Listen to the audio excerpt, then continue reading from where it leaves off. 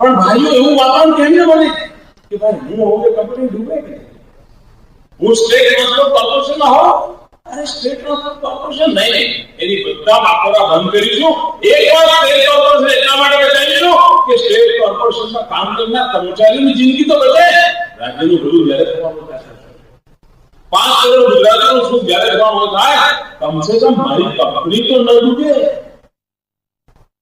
આ જો સમય ના હોય તો હું નથી માનતો કોઈ કંપનીને ડૂબવાનો વારો. અને કોર્પોરેટ કલ્ચર મતલબ શું મિત્રો? મૂળતઃ રાજ્ય સરકારના કોર્પોરેટ કલ્ચરના પ્રશ્નો નથી.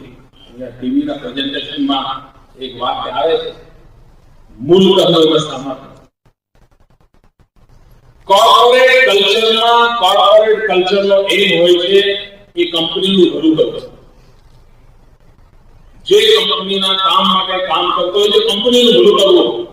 રાજ્ય સરકારમાં કામ કરતી વખતે રાજ્ય સરકારનું ભલું કરવા માટે કામ નથી કરતા.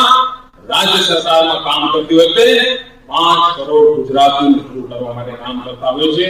આ આપણા એમના અંતર છે. નિર્મા કંપનીને કોઈ પણ હિસાબે સાબુ વેચવો છે, આપણે તો એ જોવાનું છે કે આપણે એવું કરીએ કે લોકોના કપડા સ્વચ્છ છે. બંનેમાં અંતર છે. અને તેથી આપણે ત્યાં એક એવું વર્ક કલ્ચર હોય જે વર્ક કલ્ચરમાં સમાજ પ્રત્યેની સંવેદના હોય, સાથીઓ પ્રત્યેની મમતા હોય, લક્ષ્ય પ્રત્યે પ્રતિબદ્ધતા હોય.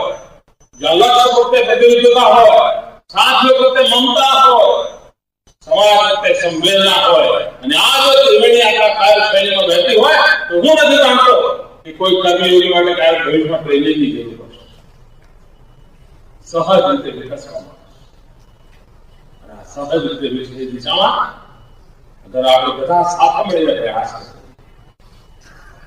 રાજ્ય સરકારના ઉચ્ચ સ્તરના અધિકારીઓ અહીંયા મોજૂદ છે. મિત્રો, આ કલ્ચરને નીચે રીતે પરકોલેટ કરવા માટે મને તમારી વિશેષ મદદ જરૂર છે. તમે અનેક કામ કરો છો, એ કામની અંદર આ એક કામને પણ જોડો. આ રાજ્ય આપણે ઘણું બધું ગરીબમાં ગરીબ માનવી પોતાના પેટ પર કાંટા બાંધીને આપણા સુખની ચિંતા કરે.